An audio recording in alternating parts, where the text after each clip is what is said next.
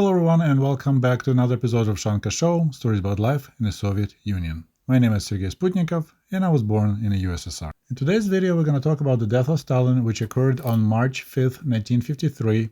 And I actually was planning to make this video sometimes in early March, but unfortunately I got busy, so we're catching up with that topic right now. As you may already guessed, we're not going to talk about Death of Stalin the movie, which I didn't really like. I found kind of distasteful to make a comedy of such events, even if I'm not a big fan of Comrade Stalin. But we're going to talk about actual witness account today. The story was written by Evgenia Ginsburg, who was a wife of an important Communist Party apparatchik in Kazan, Soviet Russia. She was arrested in the spring of 1937, so that's the first wave of 1937-1938 purges. And she spent 10 years first in solitary confinement, then in different GULAG labor camps in the Far East, so that's Magadan, Kolyma region. Then after she was released in 1947, she was still trapped in Magadan. They didn't allow people after labor camps to return back to the mainland, to Materik. So she witnessed the death of Stalin out in Magadan, and she recorded impressions of people like her, former inmates, former labor camp prisoners, and how they reacted to the death of Stalin. And I strongly recommend the book by Evgenia Ginsburg called Into the Whirlwind, and that's what the excerpt I'm going to read it to you. Unfortunately, the original book, when it was published out in the West in 1967, has only two parts. Third part is missing, and that's the third part kind of towards the end when she was already out of the labor camp. I hope the newest versions published in the West contain all three parts. It's an amazing book. It's pretty much the female prisoner version of Gulag Archipelago by Alexander Solzhenitsyn. And she spent way more time in prison and labor camps because she was arrested in 1937, while Alexander Solzhenitsyn was arrested, I believe, in 1943 or 1944. There's also a 2009 movie, Within the Whirlwind, based on her book. I haven't watched it yet, but it's available if you don't like reading books but prefer movies. There is a show based on her book. And now let's look at the reaction of the Gulag prisoners to the death of Stalin. A knock at the door. It was our friend Mikhail Franzovich Geis, Anton's fellow countryman, who was also a German colonist from Crimea. So here I need to add a couple of comments if you're not familiar with her book. So Evgenia Ginsburg was married when she got arrested. Then she learned that her husband, who was a big Communist Party apparatchik in Kazan, was also arrested. So she assumed that he was shot. And she eventually got remarried after she was released from the Gulag labor camp. Anton was a doctor, and he came from the family of German colonists that settled in Crimea. And now their friend, Mikhail Geis, came to see them in their tiny room in the barracks. And if you're wondering how come German colonists from Crimea end up in the Far East in Magadan region, so by 1939 there were around 51,000 of Germans living in Crimea. But when the war began, when Hitler attacked Soviet Union in June of 1941, in August of 1941, Stalin issued the order of so-called evacuation, which was actually deportation. So they removed 51,000 of people of German nationality from Crimea and shipped them to the Far East. And then everyone from men from the age of 15 to 55 and women from the age of 16 to 45 were mobilized in so-called labor colonies, where were forced to work, cutting trees, digging mines, building factories, and so on. So everyone was basically conscripted for the forced labor. So this German colonist, Mikhail Geis, he looked not just agitated but shocked, and that intensifies my despair. "Do you already know?" I asked. "Yes, and you too?" So here they're talking about totally different situations. She is shocked because her husband, Anton, was summoned to the NKVD building, and there was two different buildings. One was called the White House and another was called the Red House. And I think the Red House was the hope that you could get released, and one house means usually you get rearrested. So she is freaking out for different reasons. She still has no idea about Stalin death, while this German visitor does. Okay, so again, do you already know? I asked. Yes, and you too? I'm briefly surprised by his strange question. How could I not know? And then I start asking him what he thinks about the prospects if a man being summoned not to the White House but to the Red House. Is there any hope? We can, he says in absurdly solemn tone. Now we really can hope. And then, completely without logic, he adds, why is your radio turned off? Turn it on. My God, what's wrong with you? Do you understand that Anton has been summoned to the Red House? Without answering, he walks over to the wall and plugs the speaker into the wall outlet. So they had radios, they had no switch on the radio itself. You need to unplug it to turn it off. And suddenly, through the crackling discharges, I hear, what am I hearing? Oh my God, there has been a deterioration and heart palpitations and thready pulse. The announcer's voice, taut as a string, rings with suppressed grief. A desperate, incredible guess cuts through my brain like a fiery zigzag, but I can't bring myself to trust it. I stand before Race, my eyes wide, clutching the dripping floor rag.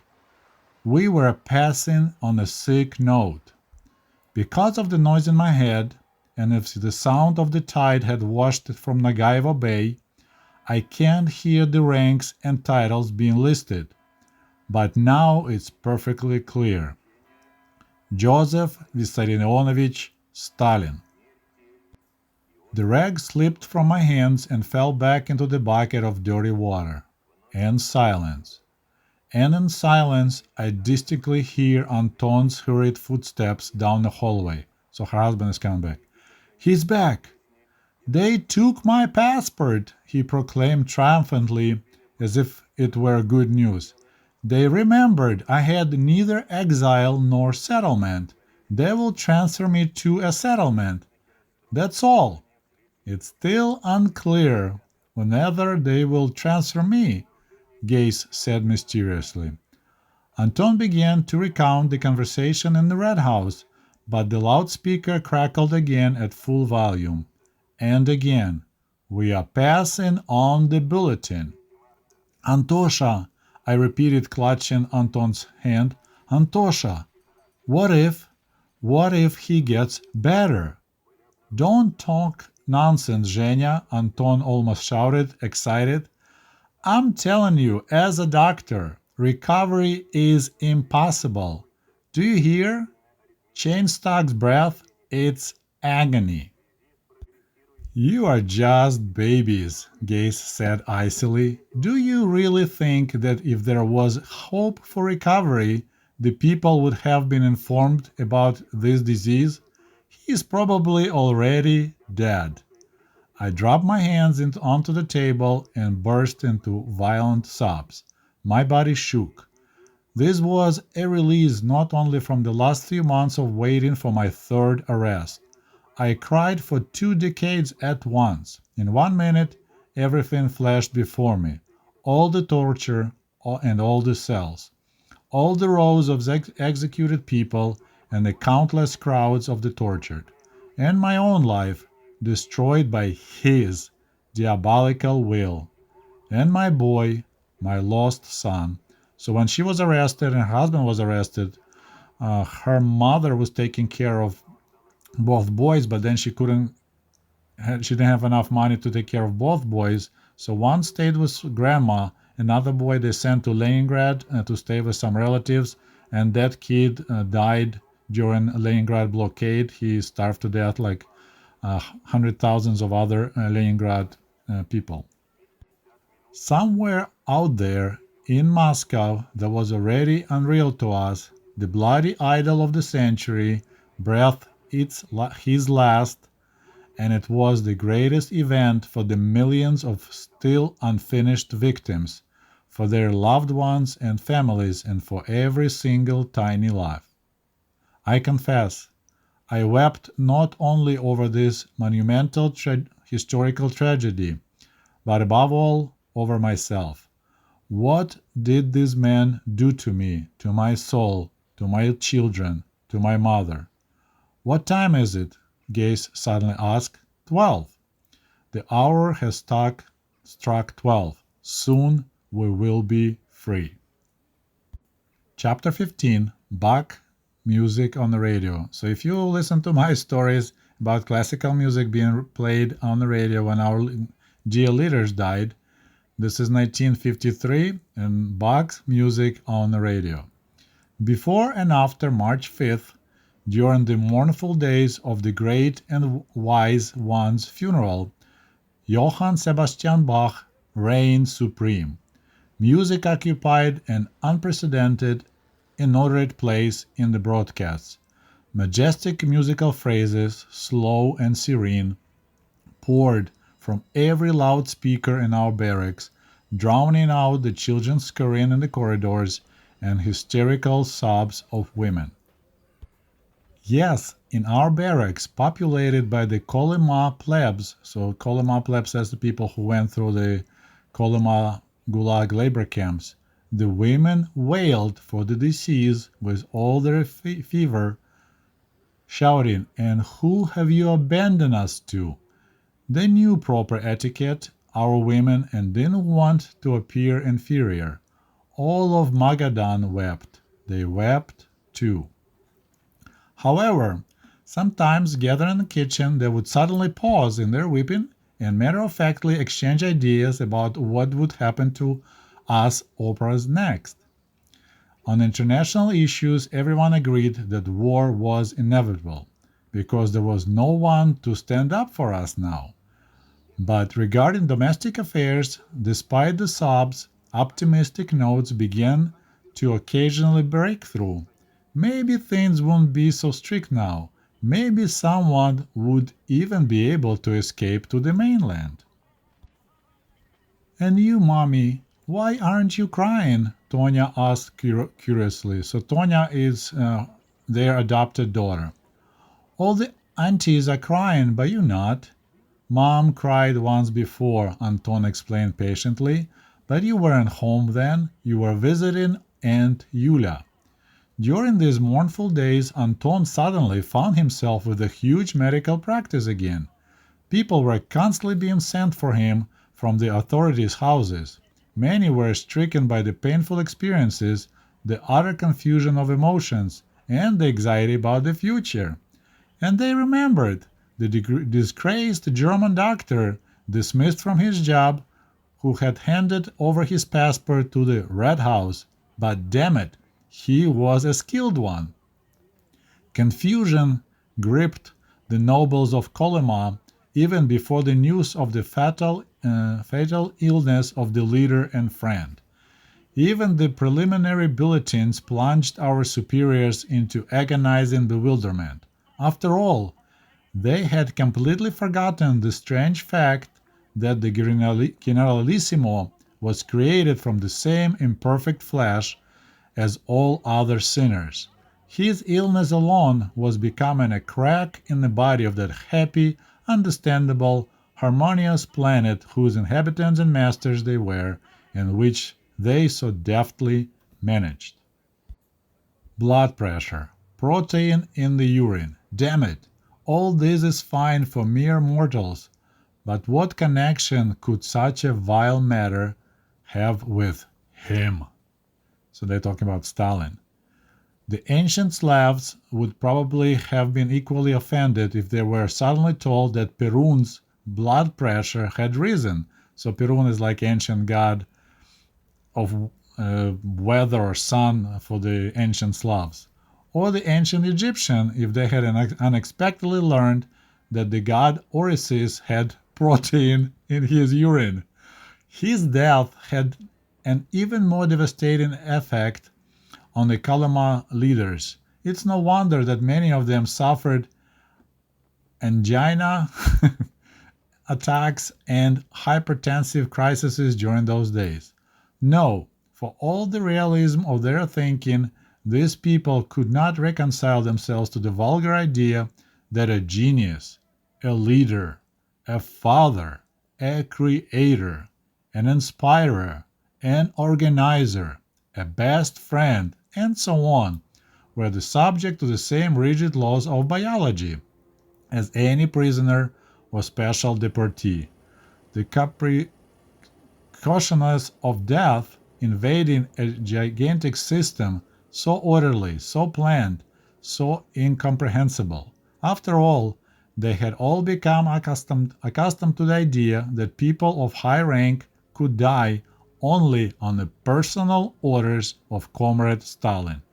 And then suddenly, no, really, there was something scandalous, not quite proper, about this.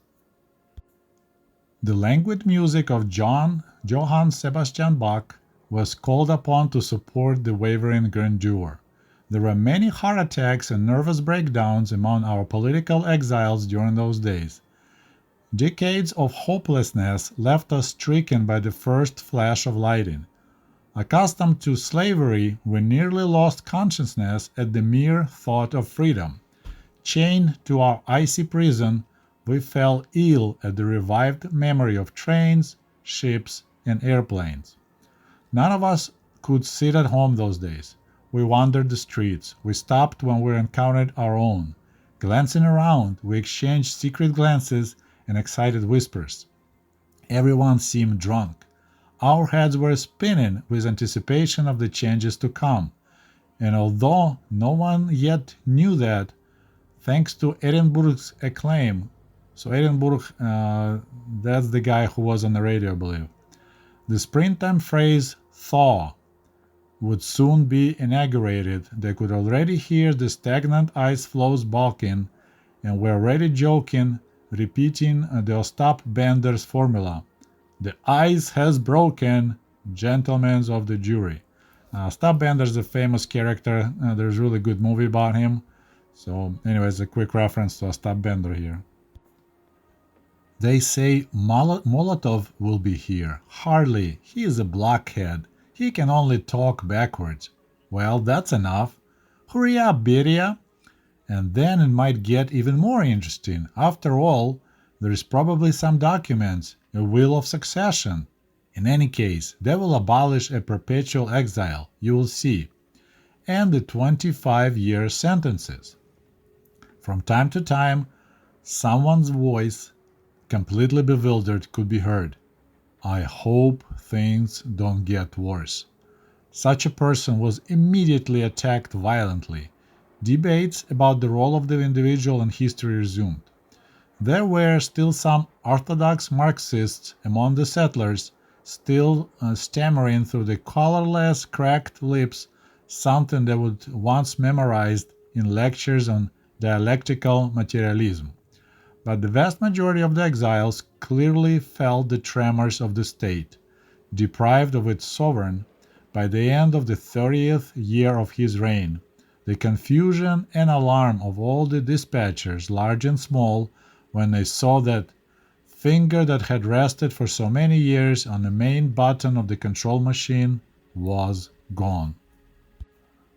On the fourth day of mournful music, returning home from the store, I saw our piano standing in its old place. So they had their piano confiscated, I think. Smiling Stepa Gusev, the sober miracle driver, had betrayed himself this time. Sitting at the table with Anton, they both sipped champagne from mugs, which replaced soda and mineral water in Kolyma. Now you are safe, Stepan said, squinting good-naturedly. Now they won't touch you. He found a third mug in the cabinet, poured me one, and proclaimed, Well, to freedom. The voice of the people is the voice of God, Anton concluded. So Anton, this German doctor, was an extremely religious person. Strictly speaking, there were no concrete signs yet that the danger to us had passed. Strictly speaking, the possibility that the White House would follow through the Krivosheeva denunciation hadn't been ruled out. So somebody reported on Anton, but we intuitively sensed that this wouldn't happen. Without discussing it, we stopped expecting a third arrest. It was as if a huge weight had been lifted from our shoulders, and music played a significant role in this newfound sense of life. Bach's music poured out of the radio day and night. It reminded us that the personification of madness and cruelty was no longer there. I couldn't clearly explain what I expected from the near future, but I waited patiently. Every morning now began for me with a delightful feeling. Everything shook, shifted, turned. We were at the dawn of a new era. Of course, this was accompanied by anxiety. It drove me outside. I wanted to see people, to hear their opinions about our future and about the future of the country. And how joyful it was to see that almost all of us shared these feelings. Here, Yulia, so that's the lady that spent a lot of time they spent together in prison and a labor camp, and I are walking down the main street of Magadan. We meet Alexei Astahov. He is Anton's friend from the mine. He is beaming.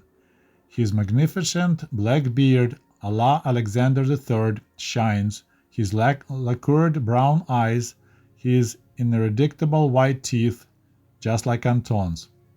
A lot of people had bad teeth down because of the diseases, but these two guys had perfect teeth, even in Kolyma.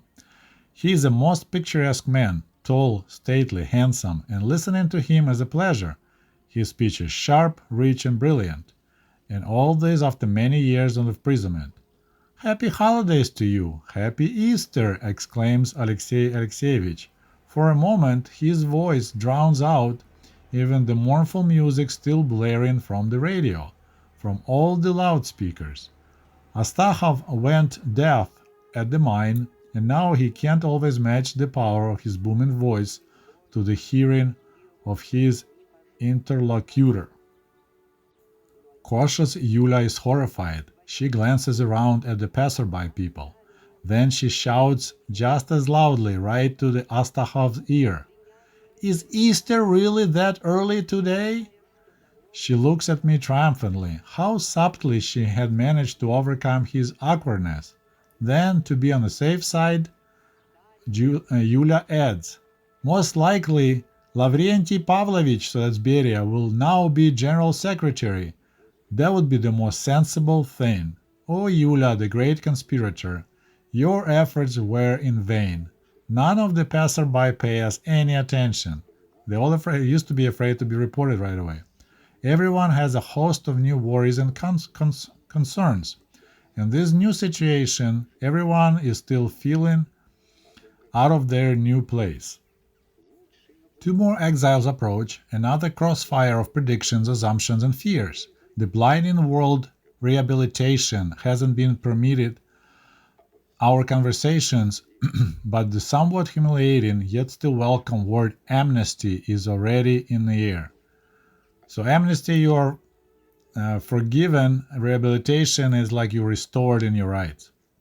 And already quite a few well-informed comrades are predicting which specific article, so that's when you get arrested, you get Article 58-10 or 58-5, I have a video on that topic already, will fall under act of goodwill from the new government. In all this chatter, there was much that was funny, absurd, and touching. People cut off from the life of the mainland for decades couldn't help but make mistakes in their judgment. But the one common conviction was that whoever now sat on the Moscow throne, and there was no doubt that dictatorship would be one man, there would be less cruel than the deceased guy. Because one couldn't be more cruel, not only by human standards, but even by the devil's. Their theoretical hopes of ours first began to take shape 10 days after Stalin's death on March 15th, the day of our regular marking of exiles and settlers. So every 10 days they were supposed to go to the NKVD building and get another stamp on their passport that they're still around, that they didn't escape. So that was a regular 10-day routine. Entering the long, narrow corridor where we usually stood in an endless line before the commandant's door, I saw a bench along the wall. A bench, quite comfortable, with a backrest like a garden bench. long enough for about 10 people. 4 people were already sitting on it, and all of them had shining eyes and smiles on their lips. For years, we would stood here, leaning our backs and sides against the dirty, chalk-smeared wall. For years, we would shift from foot to foot, waiting for that coveted door to open for us, for the sullen commandant, without looking up, to slap a stamp on our documents prolonging our lives for 2 weeks. And then suddenly, in that very spot, a bench with a back. "Sit down, my dear," said an old man in a gray padded jacket with blue patches on the elbows. "Sit down and rest. The commandant's office doesn't want you to tire yourself out needlessly." He winked cheerfully at me with his cloudy, sclerotic eye, and the other 3 burst into laughter. Laughter in the commandant's office. Within 10 minutes, the entire bench was filled, and those who didn't have a seat were still delighted and lovingly looked at the others. And then the second miracle happened. Our 2 commandants hurried in, carefully closed the door behind them to keep out of the draft, and smiled at us. True, they were somewhat forced smiles, vague with a hint of apprehension, but the fact remained, the commandants were smiling. Those same commandants, and we've had many of them now, who invariably passed us by, slamming the front doors, letting in a chill into the corridor, not looking at us, their faces stony, as if we weren't living beings, but mere structural components. "Come in, comrades," said one of the commandants. "We will quickly check you out. 5 people go ahead at a time, and the rest of you sit here on the bench and wait a bit." "Did he say comrades? Did I hear right?" asked Golubyova, a woman I knew from the Vyskov house. "No, you heard it right," the old man with the blue patches replied. "If it's a bench, why not comrades?" And smacking his lips, he said with relish, "Socialist humanism, so to speak." Everyone responded with a hearty burst of happy laughter. The days flew by, and little by little the mournful music began to give way to the usual conversational sounds. We no longer turned off our loudspeakers. After all, for the first time, we could expect some real news from that little box, amidst the usual stream of chaff. And one day we truly heard something that shocked not only the entire world, but even the battered Kolyma. It was at the very beginning of April. "Listen!" Klava Guseva screamed, bursting into the kitchen. "Listen to the radio!" The radio was never turned off in the kitchen, but its sound was always drowned by the kerosene stoves and the chatter of women. Now, however, everything suddenly fell silent. And in the sudden silence we listened to the official announcement about the closure of the case against the doctors, so-called murderers in white coats. The announcer was clearly uncomfortable with the text. His voice, so seasoned in the triumphant reports and pathetic raptures, sounded unfamiliar. Through him spoke the great Leviathan, the infallible power, and for the first time in the listener's memory, it was now talking about mistakes. Not only about mistakes, even about illegal methods of investigation. True, those strange words were spoken somewhat indistinctly, as if through clenched teeth and with obvious effort. But one way or another they were spoken, and in our perception, this became the beginning of the new era. I'm not sure if you guys know, but that was the last, I would call it, project of Comrade Stalin, is so-called murderers in white coats. They were arresting a lot of Jewish doctors, and now it's being reversed. So that's what they're talking about. They were shocked that the government admitted there was a wrong thing to do, and they even used illegal methods of investigation. Illegal investigative methods. Just think about it. They said it. These 3 words were now like some kind of vaccine of uncontrollable excitement injected under the skin of millions of Kolyma exiles and prisoners, all together and each of one individually. People stopped sleeping. They grew emaciated from overexertion, from the constant expectation of unprecedented changes. They talked until their throats were dry, as in a fever, retelling each other their old investigative stories, told thousand times over many, many years. All the wounds of 1937 and 1949 reopened, burning unbearably, demanding an end. They couldn't bear it any longer after these three words appeared in the press, even in the newspaper Sovietskaya Kolyma, Soviet Kolyma, illegal investigative methods. Little by little, excesses began to crystallize out of the quiet turmoil. One of the exiles threw his ID card at the commandant's face and shouted, "I won't come back. I'm too old to have to bow to you every 2 weeks and beg for your stamp. If you won't, take it, but I won't come back." And the main thing was, nothing happened to him. A few days later, he simply received his ID card in the mail, and on it was a stamp for those 2 weeks and for 2 more to come. At a men's camp assignment in Magadan, the workers raised hell over sour food. Some even threw their bowls on the floor. And again, the authorities tolerated it. No one was sent to the solitary confinement. And instead of that sour gruel, I guess the food, gruel, they were issued 2 ladles of porridge. And then one sunny April morning, it was suddenly discovered that during the night, some unknown assailant had slid a rusty, filthy bucket on the statue of Comrade Stalin in the Magadan Park of Culture and Recreation, right on his head. At the same time, rumors began to circulate of riots in the camps. Not here, of course. Somewhere in Vorkuta, Igarka, and the reports of them were muffled, vague, like distant tremors, but their echoes still reverberated, rolling through our barracks. Unprecedented changes, unheard of rebellions. Those rebellions were mentioned in the Solzhenitsyn book.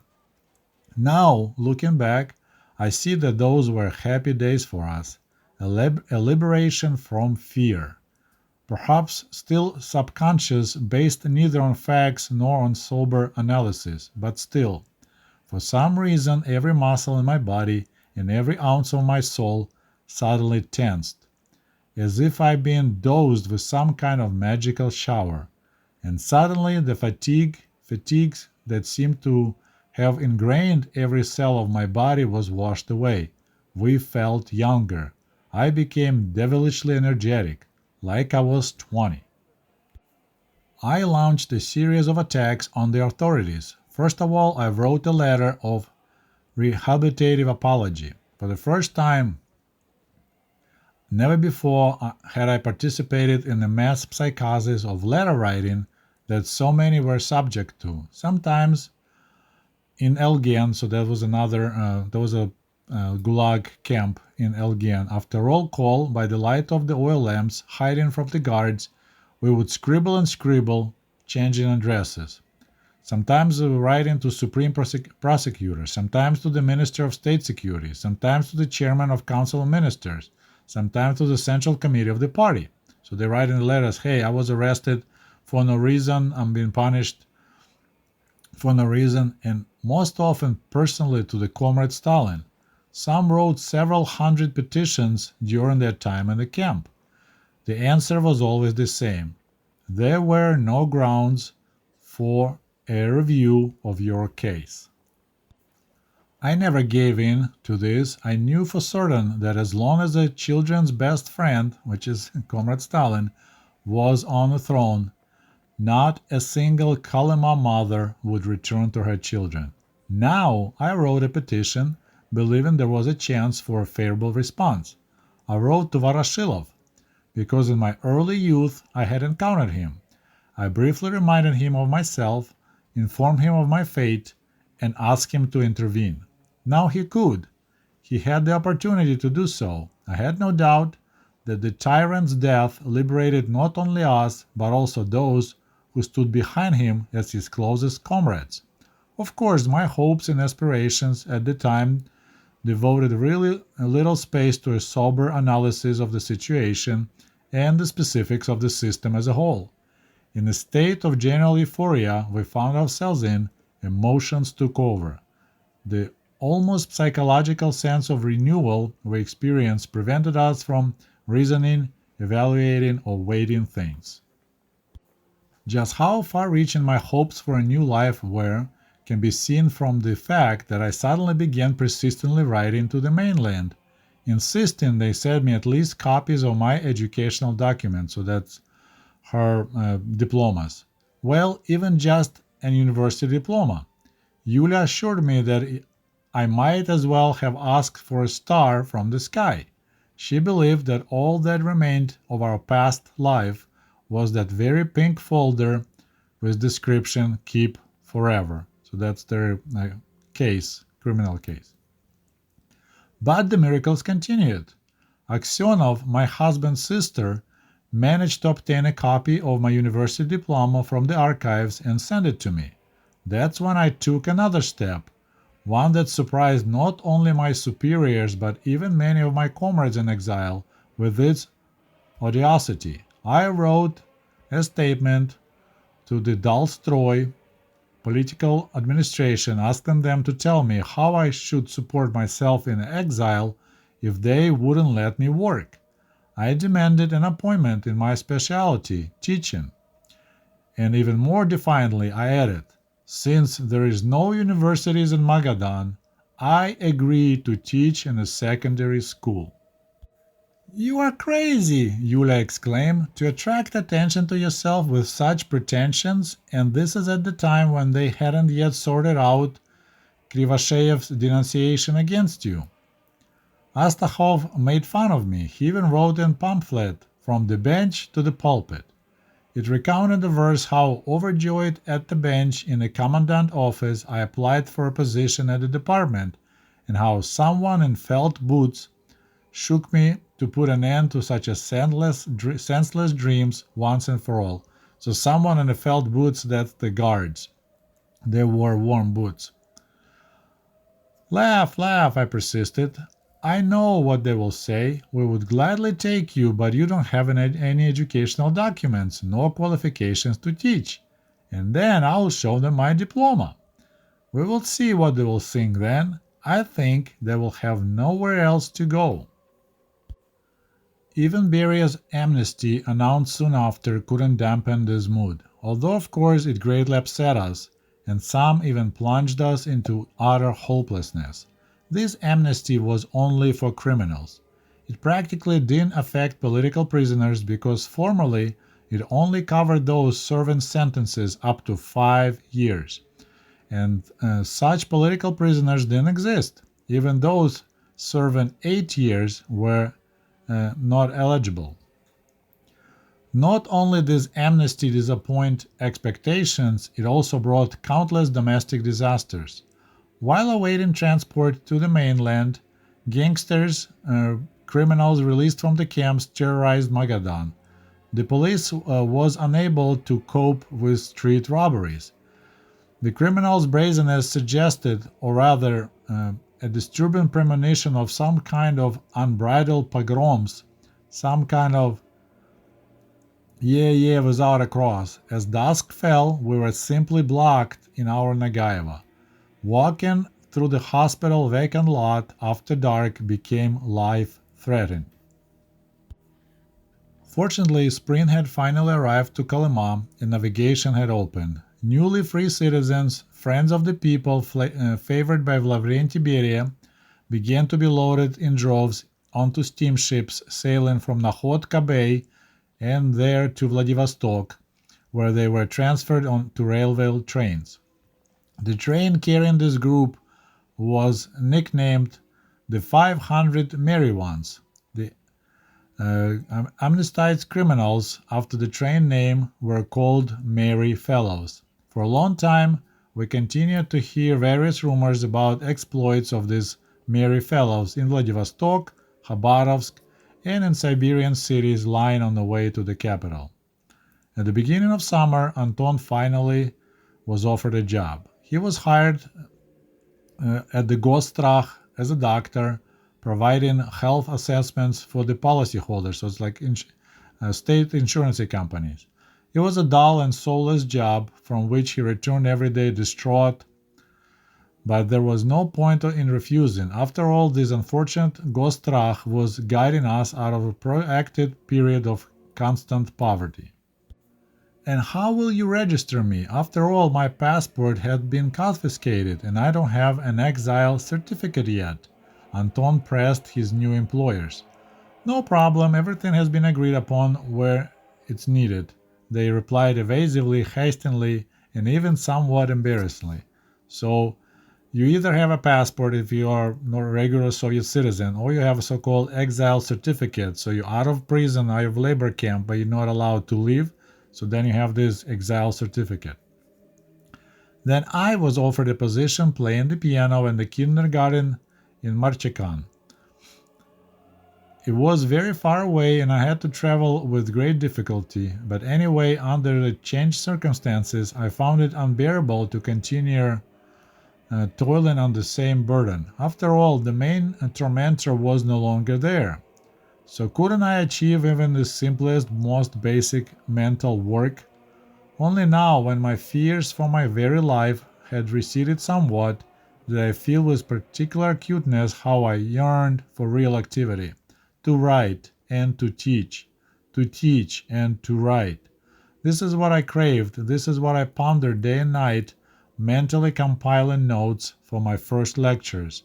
I didn't dare commitment to paper, lest I jinx it as not to frighten my stubborn hope, which almost no one shared.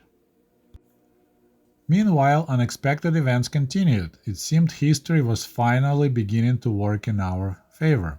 I was in the kitchen cooking a hideously deformed crab under the supervision of Aunt Zina, the orderly, when our radio, which was always on, suddenly, out of the blue, broadcast news from the biography of Lavrentiy Beria. Having heard that he was an agent of the Tsarist secret police, an English spy, a rabid enemy of the people, and Zina and I abandoned the boiling crab to its fate and stared at each other in mute bewilderment. And Zina, I said, and Zina, please repeat what you just heard on the radio. And you? What did you hear? She shouted, advancing somewhat aggressively on me. I didn't catch it, or maybe I imagined it. Well, I don't understand anything about it at all. You are smart people, you read newspapers, you talk on the phone. Why should I repeat such things? We are simple people. We didn't go to university. I quickly got ready and rushed to Anton, who was at his new office. Did you hear? Shh, he replied. Let's keep quiet for now. Now I will finish my business here and then you and I will run to the post office and check. I immediately understood what he meant. At the post office, above the registered mail department, hung a portrait of Lavrentiy Beria, a very intelligent face, a pince-nez, regular, even delicate features, a thoughtful gaze.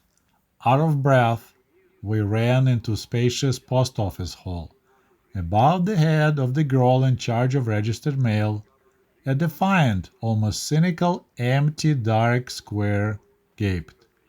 It turned out the wall had been badly damaged by fading, so the barrier portrait was removed. A few days after this incident, Anton was informed, in an incredibly polite manner, that Colonel Shavalev from the Red House would like to meet the Dr. Walter. No, the colonel didn't set a specific time. Simply when the doctor had a free hour, he could call such and such number. The meeting took place in a large cozy office. Sitting side by side on a soft leather sofa, the two men discussed the colonel's insidious liver problems in details, agreed on a diet, and immediately summoned a courier flying to Moscow the next day to deliver prescriptions for the Moscow homeopathic pharmacy. Only after seeing the doctor to the door and gratefully shaking his hand did the colonel suddenly remember. "Oh yes, I almost forgot. Just a moment, doctor. I've got your passport laying on my desk. Please take it." Summer sunsets in Magadan are usually very windy. It doesn't even occur to you to take off your coat as you climb up from the center to your hospital vacant lot, and even on the descent, a sharp chill still pierces you. And that evening, when we decided to celebrate Anton's return of his passport with the walk, everything was somehow special. Perhaps this would happen no more than 2 or 3 times all summer. Even in the wind, the air was still clear and slightly cool. We stopped, gazing at the bay before us. "What a miracle this is!" Anton exclaimed. "Not Nagaeva, but simply Naples." White ships delicately making way for one another crowded at the piers. No crimson colors as usual, but a delicate peach sunset sifted from above onto the dark blue surface of the water. We stopped, staring at the unexpected, unforeseen beauty that opened up before us. "Did you say Naples?" I asked. What about it? What about it? Maybe we will see Naples too. It seems to me the life is starting over. We are not old yet. Crazy, crazy times. Wild hopes of reclaiming a stolen life. Some secret, barely audible voices from within. Well, let's stand for a little longer above this ripplingly beautiful water, the beauty of which we perceived for the first time in many years. Let's stand to prolong our illusions a little longer, to avoid falling further onto reality. Let the deception be exposed of their own accord, without us. After all, if the dragon Gorinich had been defeated, so that's Comrade Stalin, then somewhere the kind and brave Ivan Tsarevich is already leading his army. So it's reference to this Russian fairy tale about dragon and the brave prince. So Ivan Tsarevich is the prince and Gorinich is the dragon. So dragon is defeated. So they don't know who is Ivan Tsarevich yet. Let's stand. How could we not notice how picturesque our bay is? We couldn't separate its pristine beauty from the filthy veil of gray pea jackets, ugly slippers, and angry shouts of the guards erupting from its waters. Delighted by the weather, the entire population of our barracks climbed out on the porch. They smoked, called out to others, stroked their gnarls, tired legs, combed their hair, like some village in Voronezh or Penza region. And in the barracks hallway there is unusual silence. Only from behind the closed doors of 30 rooms, 15 on each side, music powers from the loudspeakers. "I think it's Bach again," Anton says, listening. "That's good. It's a good omen. They play Bach whenever they are embarrassed, whenever they have something new to say." So that's how we drown Johann Sebastian Bach in our sinfully earthly affairs. Well, my friends, I hope you enjoyed this little story from reaction of people in Kolyma, former prisoners, on the death of Stalin. I apologize, I'm not the best person to read. I need to work on my English reading skills, but in any regards, if you like this video, please don't forget to like it. I hope you enjoyed this presentation. Thank you for listening and watching Ushanka Show. До побачення. Goodbye. И тронул нас до слез. Мы День Победы праздновали, словно вся жизнь была нам заново дана. Сердечно и любовь многословна, но как родник, всегда чиста она. Над нами солнце вашего учения и красный свет бессонных звезд Москвы, и мы любое ваше поручение исполним так, как требовали вы. И я из сердца взятыми словами, как рядовой свидетельствовать рад, что люди мира с Лениным и с вами, а это счастье выше всех наград.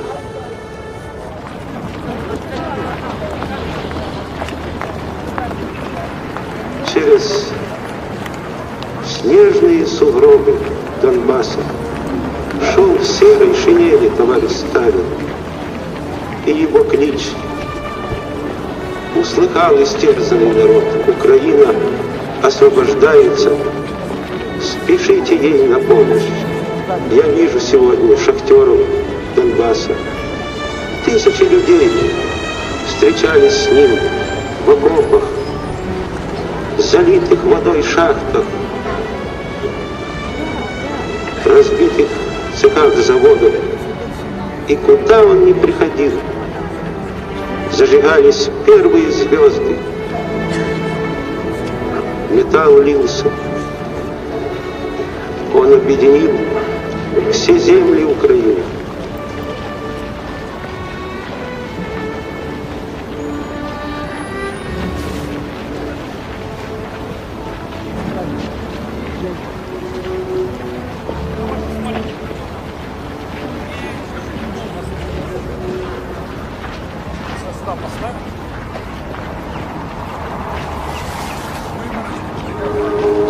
Пионеры, внешне суровые и строгие, дрожащие рукой отдают честь у гроба, и глаза их мутнеют от поступающих слез. Но детские губы твердо, уверенно шепчут клятву верности делу Ленина, делу Сталина, делу коммунистической партии. В почетном карауле у гроба Сталина стоят московские школьники.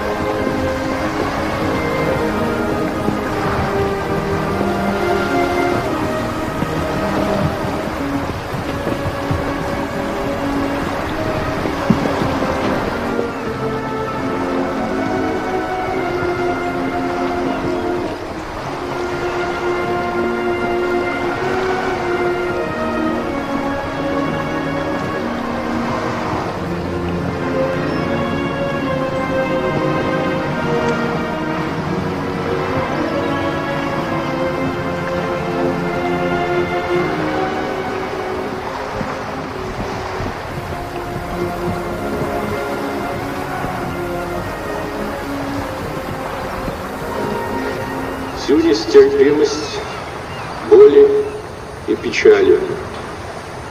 Нет слов таких, чтоб ими рассказать, как мы скорбим по вас, товарищ Сталин. Нет слов у нас, но есть людей сердца, которые без слов в любом краю отчизны, чтоб вам прибавить хоть минуту жизни, всю кровь свою отдали бы до конца.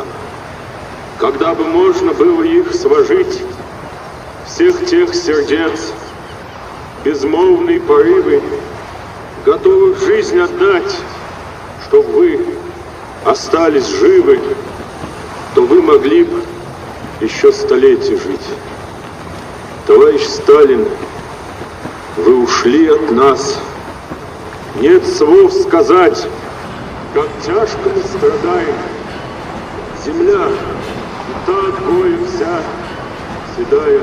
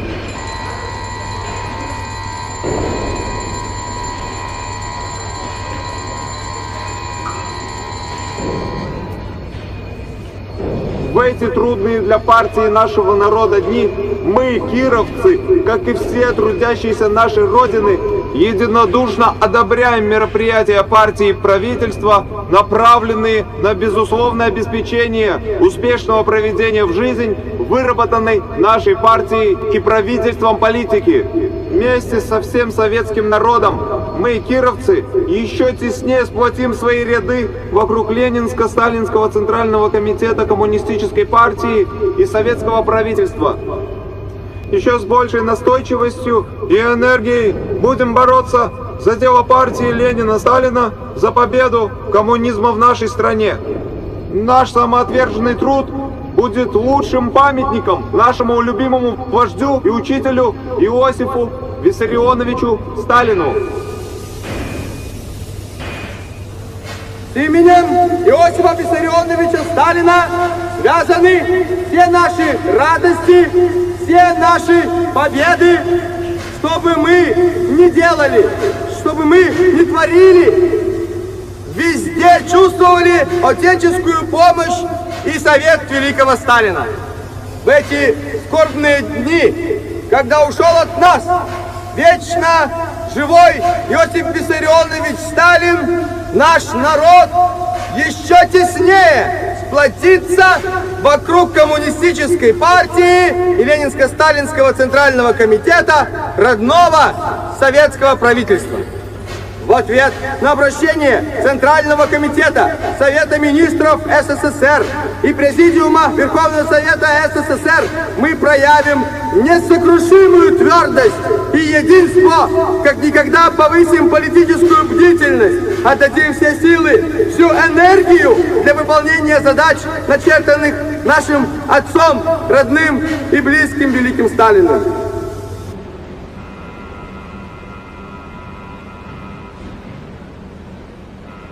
Рабочие Советского Союза и все трудящиеся, коммунистическая партия потеряли великого вождя и учителя товарища Сталина. Дорогие товарищи, это потеря в каждом сердце рабочего. Не будем падать духом, будем выполнять заветы нашего Сталина. Будем, товарищи, работать так, как учил нас великий вождь, товарищ Сталин. Вперед, товарищи, к сияющим вершинам коммунизма!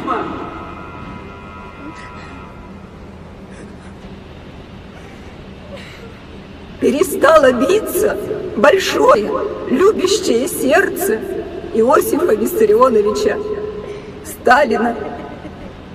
Иосиф Виссарионович был самым дорогим человеком в нашей советской семье.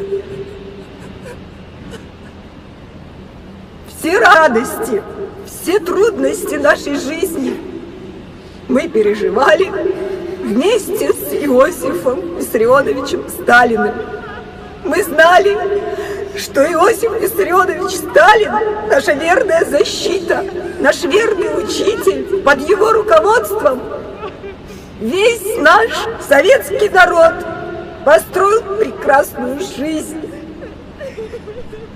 Товарищи, мы потеряли Иосифа Виссарионовича,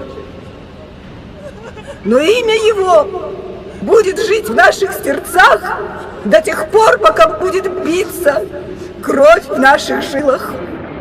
Центральному комитету Коммунистической партии Советского Союза, коллектив рабочих, инженерно-технических работников и служащих четырежды орденоносного Кировского завода с глубокой скорбью и невыразимой болью в сердце узнал о кончине нашего дорогого, горячо любимого вождя и учителя и друга Иосифа Виссарионовича Сталина. мы еще теснее сплотимся вокруг Центрального комитета нашей партии. Кировцы как никогда повысят свою революционную бдительность, давая беспощадный отпор любым проискам классовых врагов. Бессмертно и непобедимо в веках дело Ленина, Сталина!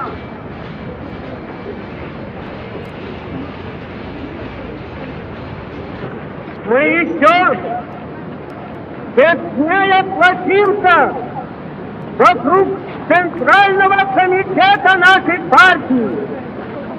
Умножим свои усилия, свою революционную бдительность на выполнение взятых сталинских пятилетий и построение коммунизма в нашей стране.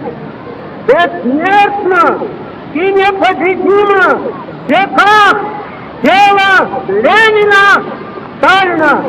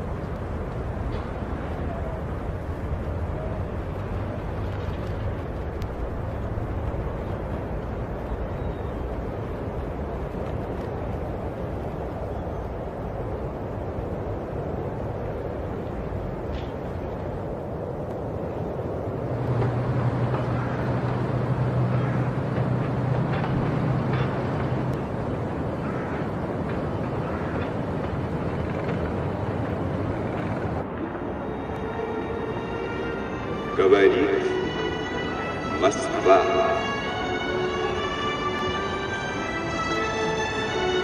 Колонный зал Дома Союза.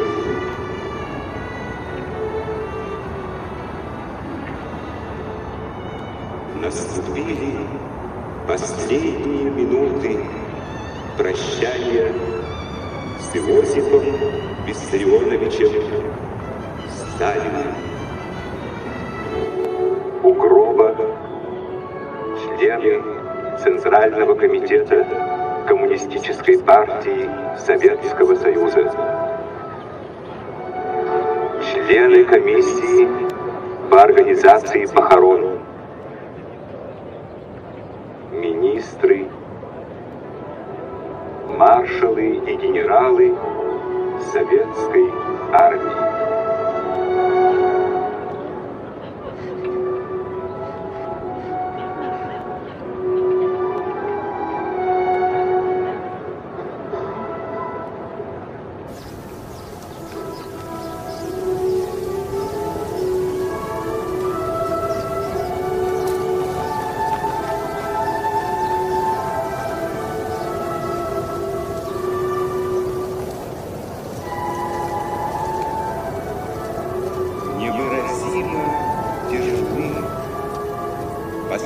последние минуты прощания.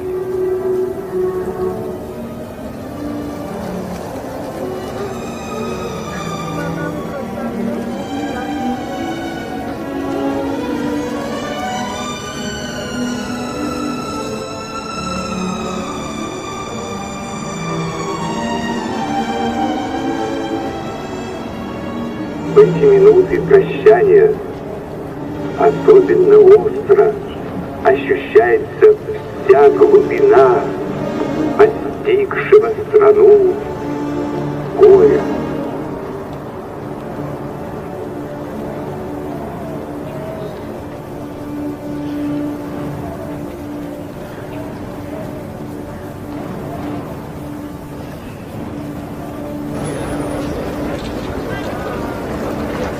Руководители партии и правительства, члены комиссии по организации похорон подходят к постаменту,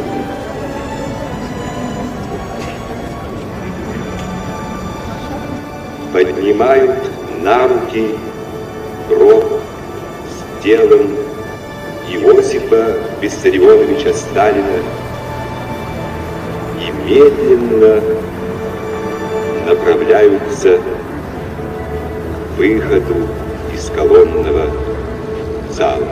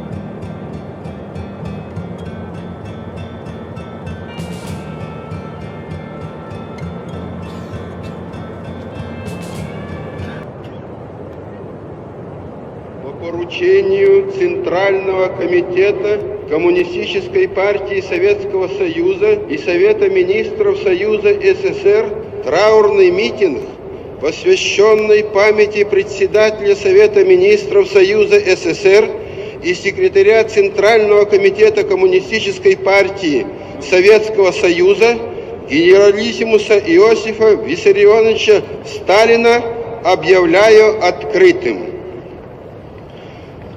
Слово предоставляется председателю Совета министров Союза СССР и секретарю Центрального комитета Коммунистической партии Советского Союза товарищу Георгию Максимiliaновичу Маленкову.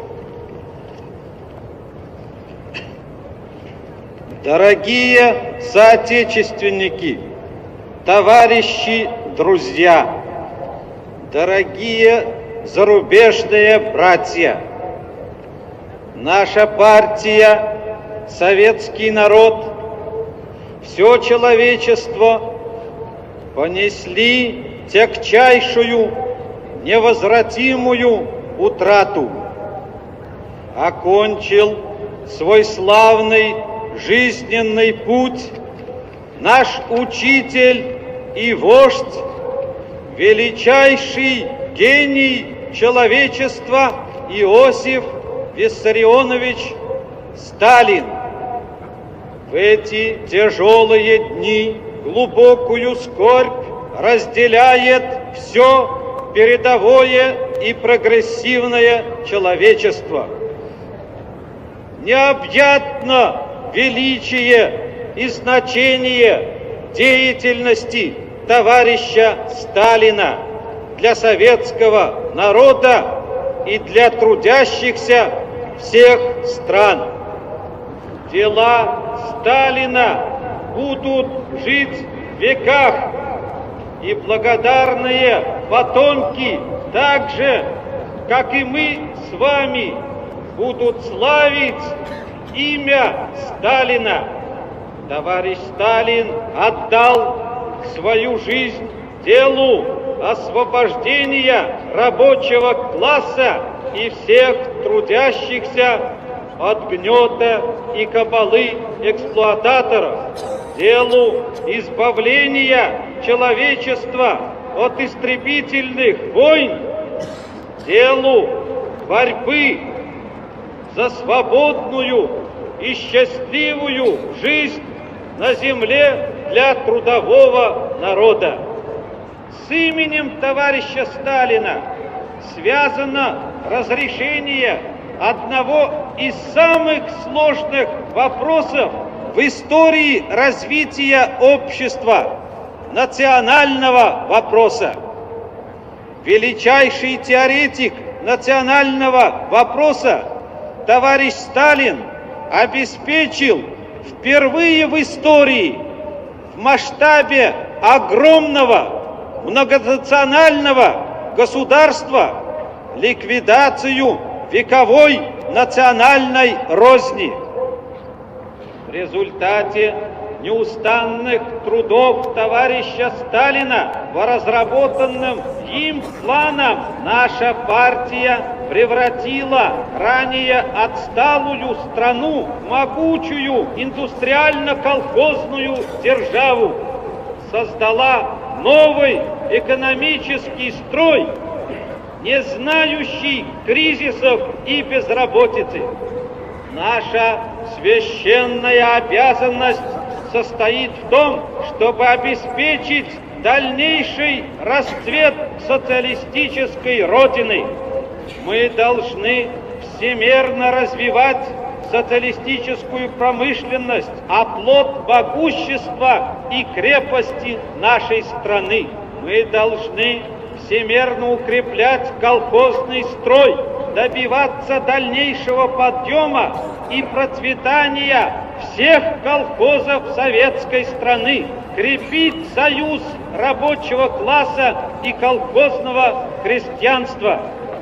Народы всех стран знают товарища Сталина как великого знаменосца мира. Величайшие усилия своего гения направлял товарищ Сталин к тому, чтобы отстоять дело мира для народов всех стран.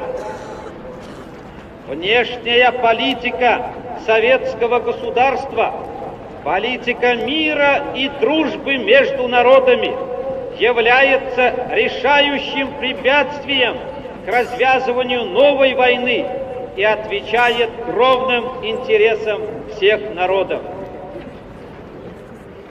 Великий Сталин воспитывал нас в духе беспредельно преданного служения интересам народа. Мы верные слуги народа, а народ хочет мира, ненавидит войну.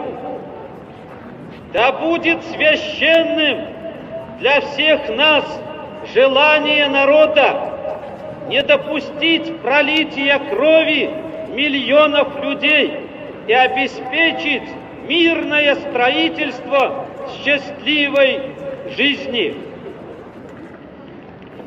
Прощай, наш учитель и вождь, наш дорогой друг, родной товарищ Сталин. Вперед по пути к полному торжеству великого дела Ленина-Сталина!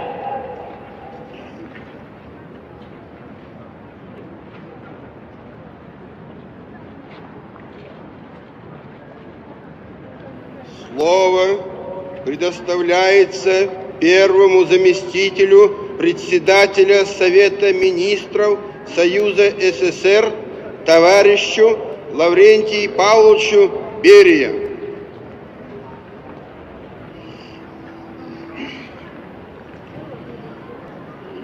Дорогие товарищи и друзья, трудно выразить словами чувство великой скорби, которые переживают в эти дни наша партия и народы нашей страны. Все прогрессивное человечество. Не стало Сталина, великого соратника и гениального продолжателя дела Ленина. Ушел от нас человек, самый близкий и родной всем советским людям, миллионам трудящихся всего мира. Товарищи, неутолима боль в наших сердцах, неимоверно тяжела утрата, но и под этой тяжестью не согнется стальная воля коммунистической партии, не поколеблется ее единство и твердая решимость в борьбе за коммунизм. Поэтому народы Советского Союза могут и впредь с полной уверенностью положиться на коммунистическую партию, ее Центральный комитет и на свое советское правительство. Враги советского государства рассчитывают, что понесенная нами тяжелая утрата приведет к разброду и растерянности в наших рядах. Но напрасны их расчеты, их ждет жестокое разочарование. Кто не слеп, тот видит, что наша партия в трудные для нее дни еще теснее смыкает свои ряды, что она едина и непоколебима. Наши великие вожди Ленин и Сталин учили нас неустанно повышать и оттачивать бдительность партии и народа к проискам и козням врагов советского государства. Теперь мы должны еще более усилить свою бдительность. Пусть никто не думает, что враги советского государства могут застать нас врасплох. Сила и несокрушимость нашего государства состоит не только в том, что оно имеет закаленную в боях, овеянную славой армию. Могущество советского государства заключается в единстве советского народа, в его доверии к коммунистической партии, ведущей силе советского общества, доверие народа к своему советскому правительству. Советский народ с единодушным одобрением встретил постановление Центрального комитета нашей партии, Совета министров и Президиума Верховного Совета СССР о проведении чрезвычайно важных решений, направленных на обеспечение бесперебойного и правильного руководства всей жизнью страны.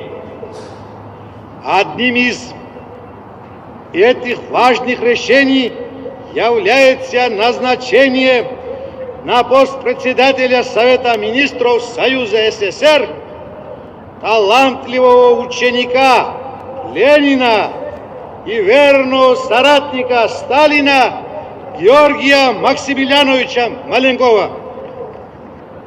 Народы нашей страны могут быть уверены в том, что коммунистическая партия и правительство Советского Союза не пощадят своих сил и своей жизни для того, чтобы сохранить стальное единство рядов партии и руководства, крепить нерушимую дружбу народов Советского Союза, крепить могущество советского государства, неизменно хранит верность идеям марксизма, ленинизма и, следуя заветам Ленина и Сталина, привести страну социализма к коммунизму. Вечная слава нашему любимому, дорогому вождю и учителю, великому Сталину. Слово предоставляется первому заместителю председателя Совета министров Союза СССР товарищу Вячеславу Михайловичу Молотову. Дорогие товарищи и друзья, в эти дни мы все переживаем тяжелое горе, кончину Иосифа Виссарионовича Сталина, утрату великого вождя и вместе с тем близкого, родного, бесконечно дорогого человека. И мы, его старые и близкие друзья, и миллионы советских людей, как и трудящиеся во всех странах, во всем мире, прощаются сегодня с товарищем Сталиным, которого мы все так любили и который всегда будет жить в наших сердцах. Сталин — великий продолжатель великого дела Ленина. Под руководством коммунистической партии во главе с товарищем Сталиным советский народ построил социализм в нашей стране и развернул осуществление великой программы неуклонного подъема материального благосостояния и культурного уровня советского народа. Одержал всемирно-историческую победу над фашизмом во Второй мировой войне.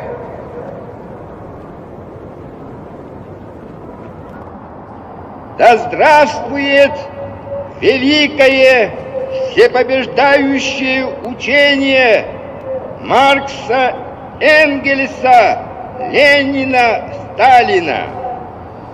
Да здравствует наша могучая социалистическая Родина, наш героический советский народ! Да здравствует великая коммунистическая партия Советского Союза!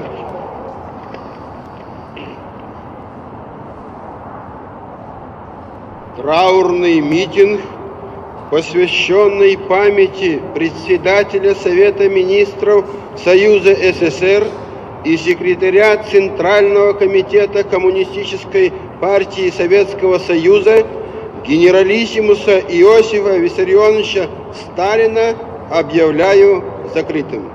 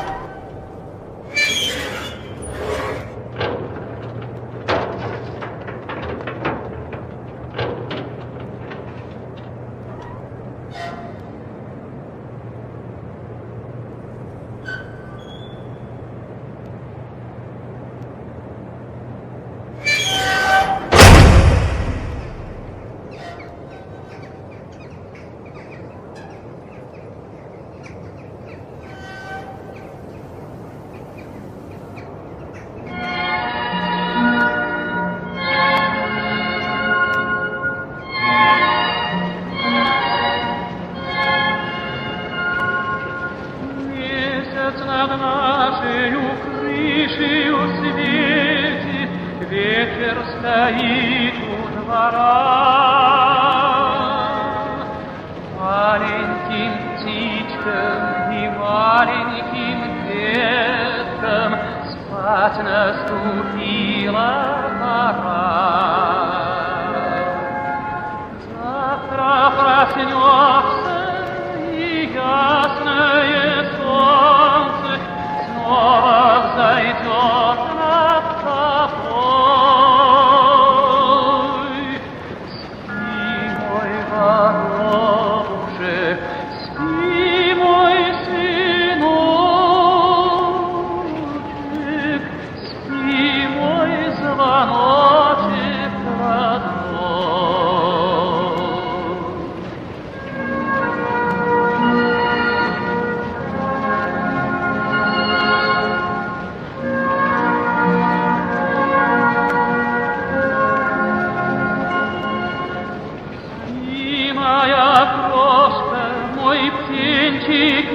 Божий, баюшки, баю, баю. Пусть никакая печаль не тревожит детскую душу твою. И не увидишь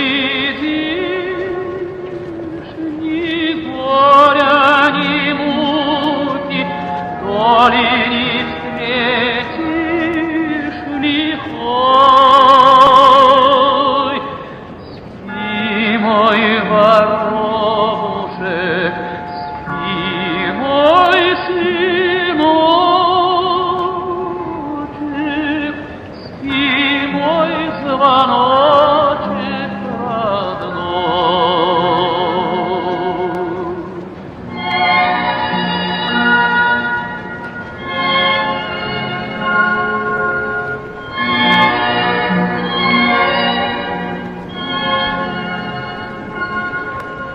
Спи, мой малыш, вырастай на просторе, быстро промчатся года. С белым орленком на ясные зори ты улетишь из гнезда. Даст тебе силу, дорогу укажет Сталин своею рукой. Спи, мой воробушек, спи, мой сыночек,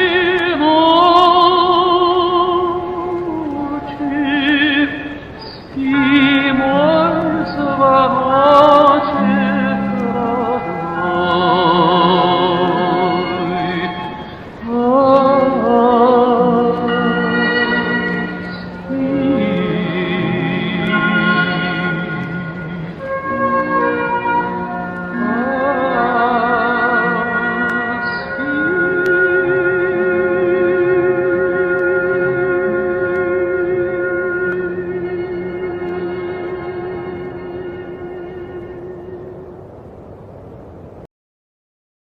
Enjoying the content?